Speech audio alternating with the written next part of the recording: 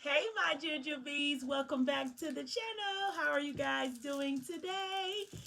I am ecstatic, okay? So, I ordered my candles. You all know I'm an Ash Army soldier, okay? Period. I'm a proud member of Ash Army.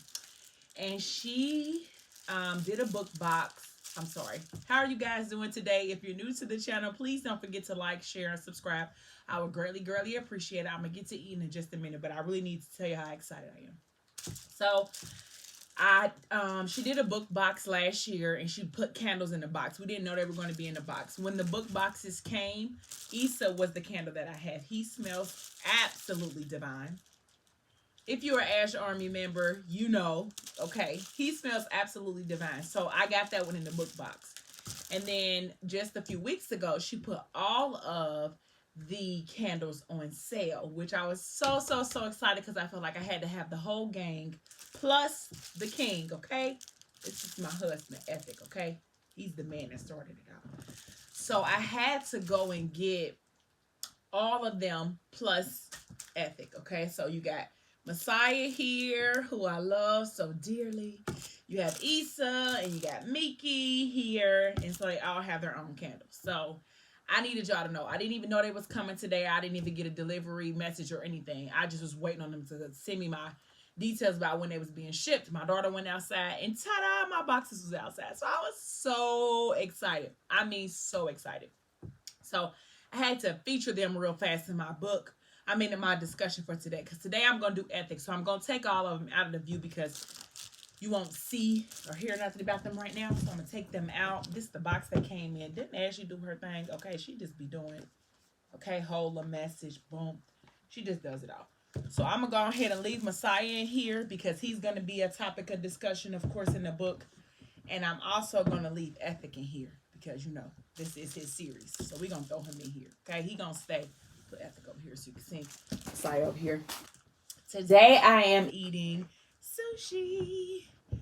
So we're going to finish off where try to finish off where I started last time. I don't even remember where I ended, but I think I talked about I'm not even supposed to be drinking this shot, but I need this sip. I think I ended with Morgan leaving to go to somewhere with her friend Nish after her initial 18th birthday party. So I have shrimp tempura roll, a red double, Sunday morning, something called a Cincinnati special, and I don't really remember what the other one is. And I also have some fried zucchini. This is leftovers. But, so, I feel like y'all can't see it. I'm not unwrapping it because I'm never going to burn these candles. They're just going to be my keepsakes. So she left the party. Her party that Ethic had threw for her. She left that party and wound up going with Mish to kind of like an after hour spot, you know, a little hole in the wall for real. And she with her friends, she dancing. So she have a couple of drinks. So she meet up with this guy and his friends, and they dancing. You know, they having a whole good time. And the whole time, she got a real little bitty dress. Not that this matters, but they said in the book. So she got a real little dress. So she finally notices that Messiah is in the club too. Not only is Messiah in the club, but he's there with Issa. I don't know how I'm gonna delete that out. I almost dropped him. Issa. They can't make no more appearances because I can't break my candles. That was funny. But Issa's in the club and he like, you see her? He like, yeah, she, you know, she thinks she grown. I can't stop her from doing what she want to do. And that ain't my responsibility. I'm not getting involved with her. So Issa lets it go. So she dancing, sweating. Now the club about to let out. So she telling Nish like, mad you, Morgan is deaf. So the guy that she's dancing with, he's talking in her ear. She don't know what he's saying. He asked her like, "Are you gonna leave with me?" And she like nodding her head, not paying attention. Now mind you, the guy that she's dancing with just so happens to be Messiah's like arch enemy, somebody that he just has always had beef with. So he's mad that she dancing with him provocatively already, but he's even more mad that it is the person that it is. His name is Lucas. So when the club and stuff like out, Morgan notices that of course she didn't get the attention from Messiah that she wanted. So she's like, let's call it a night. We can go ahead and go home. Her friend Nish like, girl, like they some ballers. Like we need to go with them. And she's like, no, like I think we should go home. Her friend like, we should go. Now mind you, Nish is not like the prettiest clown in the box. She don't come from money or nothing like that. So she's just, her and Morgan are just friends. So she just kind of like hangs on Morgan's coattail. Well, this is the one time where she felt like she got a leg up because she done got the guys to agree to take them, home or whatever. And now Morgan don't want to stay. And so Morgan's like, okay, I guess. So she get in the car. They give her something to take that is an adult pill that she shouldn't take. Starts with an E. And she go ahead and take that and start drinking. So they drive to a motel, which we all know what happens there, in the middle of the night. And so Morgan gets there and she's kind of like uneasy, like, I don't really think that we should stay here. Like, I think that we should go. But Nish, she ready. She don't want to leave. She basically telling her friend, like, suck it up and just come on. And she's like, are you serious? And she like, yeah. Like, so Morgan being loyal to her friend, not want to leave her by herself, and knowing that she already agreed to go, she goes. They get there, hop out. Nish is on live, on her Facebook Live. She recording, hey y'all, we here, we hanging out. The other guy starts like making fun of Morgan because she's deaf. Now, mind you, Morgan can't hear, but she can read lips. So they laughing, cracking jokes, and Morgan like, Nish, are you serious? Like, you really gonna be joining in with them talking about me? That was her first sign that Nish was not who she thought that she was. She was like, just relax, we having a good time, let's just enjoy the good time. I'm not a fan of Nish. So, the one guy asks Nish like, so what's up? We gonna do what we came here to do? And she like, yeah, like you paying? And he like, yeah, I got something for you. So they leave out of the room. And now they've left Morgan in there with Lucas. And he like, you know what you came to do, basically. And she like, no, I don't want to do that or whatever. So he was being too pushy. So she was like, I'm ready to go. Like, let's just leave. Sorry, this is before Nish and the other guy walked out. So like, he being too pushy, I'm ready to go. So as she was trying to leave out the door, he like pinned her up against the door and violated her. Okay, like all on Facebook Live while Nish was recording the whole thing. She's crying. She can't say stop because she can't hear or she doesn't talk. And it was probably like the first out of many tragic scenes in this book. I felt really bad for Morgan at the time because she was so young, she's so new. And now somebody has taken her innocence away from her. She hasn't even had the opportunity to offer it to anyone because someone has brutally taken it away from her. And it is just like really sad because she just knew Nish was her friend, and instead of Nish like taking her, like getting her up off the floor after everything happened and taking her home, she go outside with the other guy and basically leave her in there. So she leave her in there. She's crying. She's foaming at the mouth because she can't believe something like this happened to her. And then a couple of seconds later, before she even get in the bathroom, the other guy comes in and he violates her as well. So it just turns into this horrible chain of events. So mind you, like I said, this is all on Facebook Live. So while Messiah and Issa are on the other side of town, Issa kind of slides his phone over to Messiah, like, look, bro, like, look what's going on. And so he see it and he instantly gets like upset. He instantly gets hurt. He flies to the other side of town. Imagine he already got a thing with Lucas. He don't like Lucas at all already for some business matters. So this just kind of put the icing on the cake for Messiah. So he goes to the hotel that they are, because he can tell the background or whatever. He go in there, get a lady $1,000 to tell him which room that Lucas is in. I guess in hopes to find him in there. Now, mind you, Wish ain't even in the room with her no more either. So that's what room it is. He go in there. He calling her name, not thinking that Morgan can't answer. So he sent her a text message like, "Shorty, where you at? You know, I'm trying to find you." He look over on the thing because he hear her phone vibrate, and then he instantly hear her crying in the bathroom. So he knocked on the door, kicked the door open. She's there, crying, bloody. It's traumatic. So he takes her and put her in a car and tell her like, don't worry about it. I'm gonna take care of it. So she like, I can't go home like this. He like, don't worry. I find somewhere that's safe to take you.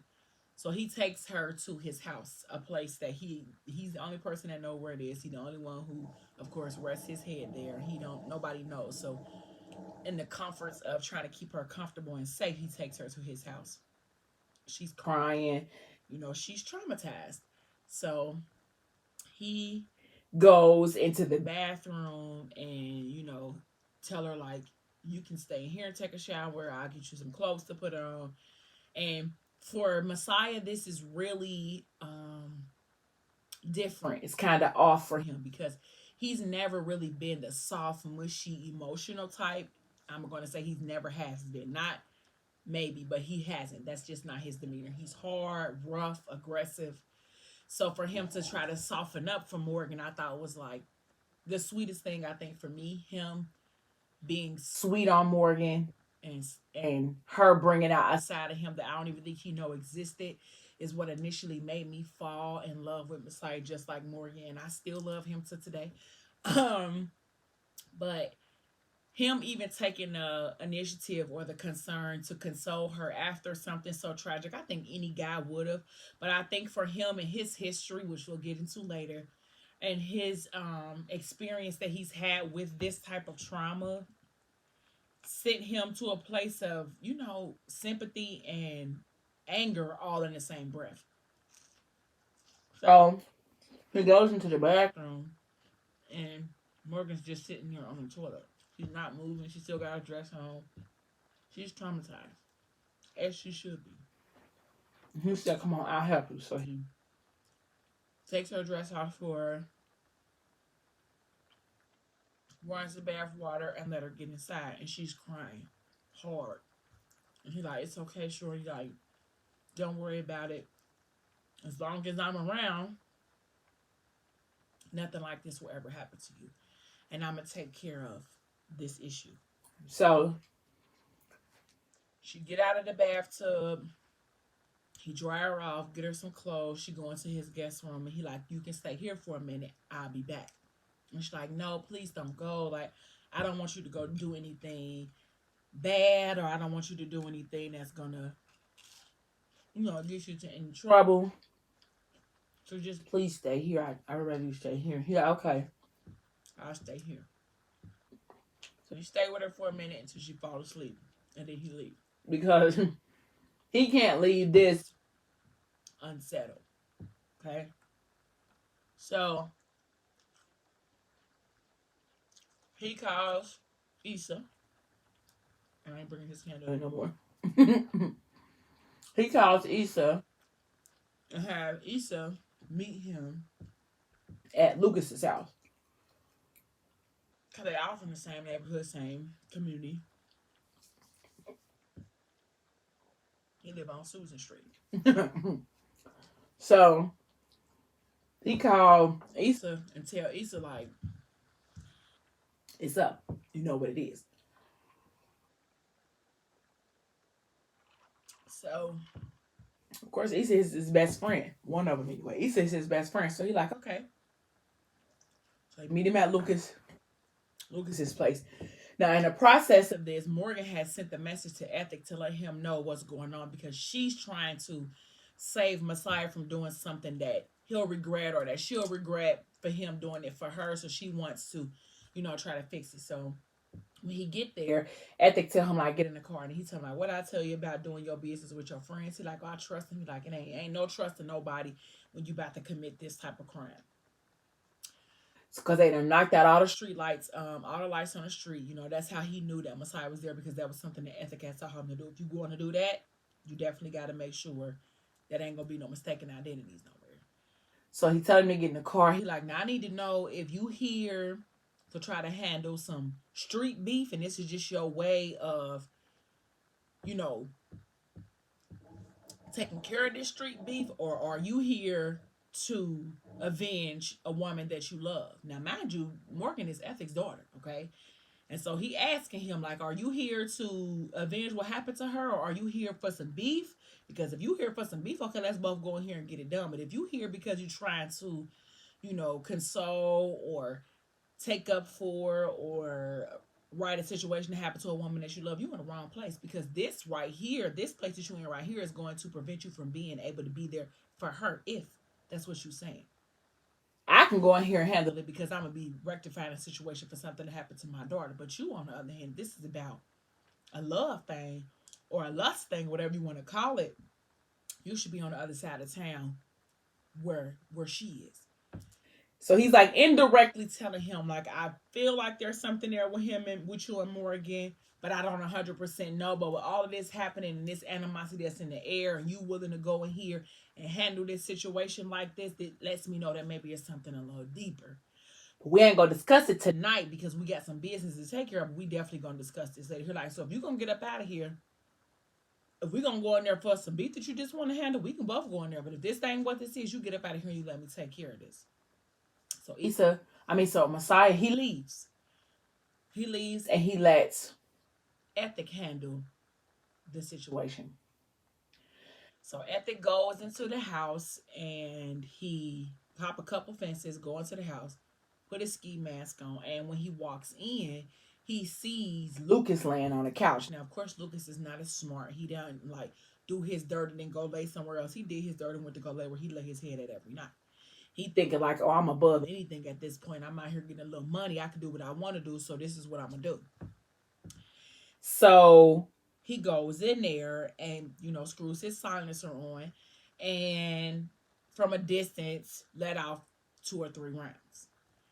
And not knowing what was in front of him or what was going on, he noticed after he let the rounds off that there was a little girl who was laying in front of Lucas. His body, of course, covered her up, so he didn't even know that he was that Lucas was laying with another person.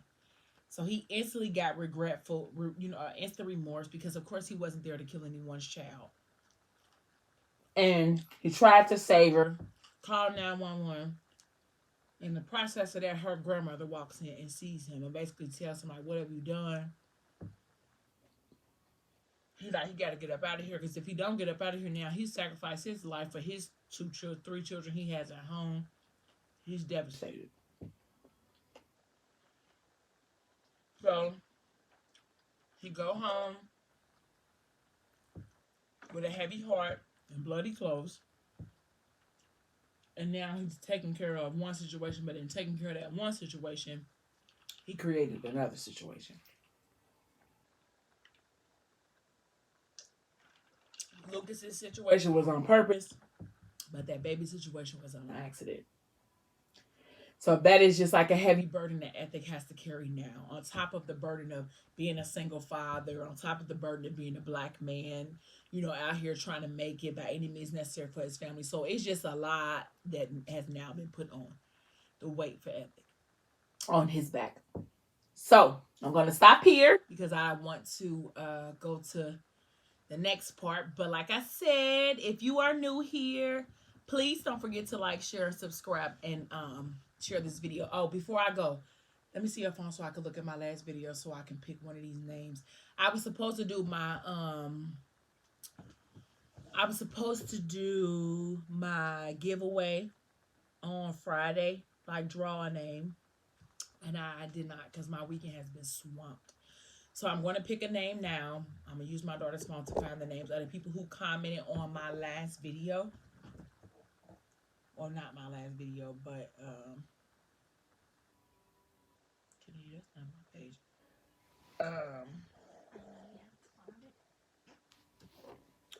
So I'm going to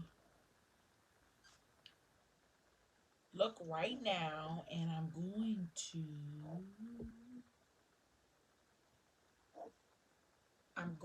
I'm sorry guys. Ooh, I got a little itch. I'm going to, okay, it was a taco video, I think. They don't even have it in here. I have to refresh the page. I did.